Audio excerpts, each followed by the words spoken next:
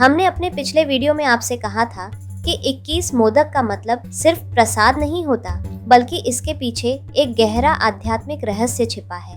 आज हम उस रहस्य को विस्तार से समझेंगे, लेकिन उससे पहले अगर आपको हमारे वीडियो पसंद आते हैं तो लाइक जरूर करें, और अगर आपने अब तक चैनल को सब्सक्राइब नहीं किया तो कर लीजिए, क्योंकि ऐसे ही और अद्भुत ज्ञान और रहस्य हम रोज आपके लिए लाते हैं। अब बात करते हैं 21 मोदक के वास्तविक अर्थ की।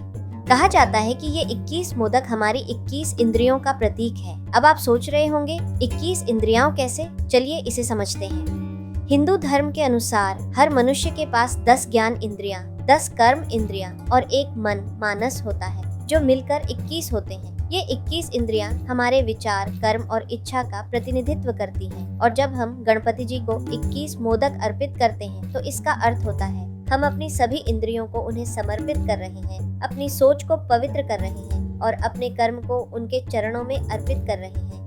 अब इसे थोड़ा और गहराई से समझते हैं। 10 मोदक हमारी 10 इंद्रियों का प्रतीक हैं। 5 ज्ञानेंद्रियां, कान, नाक, आँख, जीभ और त्वचा, और 5 कर्मेंद्रियां, हाथ, पैर, वाणी, जननेंद्रिय और गुदा।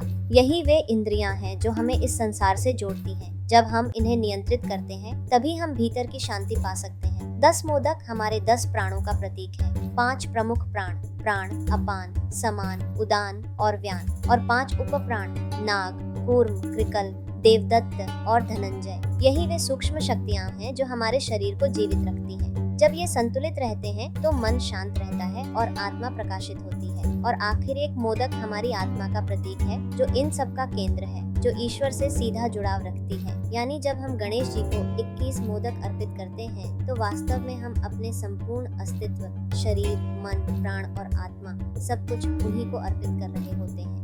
अब यहाँ एक और रोचक तथ्य है। विज्ञान और हिंदू ग्रंथों दोनों में इंद्रियों की संख्या अलग अलग बताई गई है।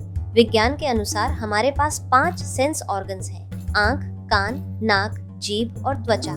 लेकिन हिंदू शास्त्रों में यह ज्ञान और भी गहरा है। वहाँ मनुष्य की 21 इंद्रियों का उल्लेख मिलता है। यह दर्शाता है कि हमारा धर्म विज्ञान से भी एक कदम आगे था, क्योंकि यहाँ केवल शरीर नहीं बल्कि मन और आत्मा को भी जोड़ा गया है। और यही तो हमारे भारतीय ग्रंथों की सबसे बड़ी खूबसूरती है। ये ग्रंथ अत्यंत विशाल और साहसी, बोल्ड है। इनमें वह ज्ञान है जो हजारों साल बाद भी प्रासंगिक है। पर अफसोस, हम में से अधिकतर लोग इन ग्रंथों की गहराई को जानते ही नहीं है। इसलिए जरूरी है कि हम इन ग्रंथों को पढ़ें, उनके छिपे अर्थ को समझें और उस दिव्य ज्ञान को पूरी दुनिया तक पहुंचाएं। तो अगर आप भी चाहते हैं कि हमारा सनातन ज्ञान और भारतीय अध्यात्म फिर से जगमगाए, तो इस चैनल को जरूर सब्सक्राइब करें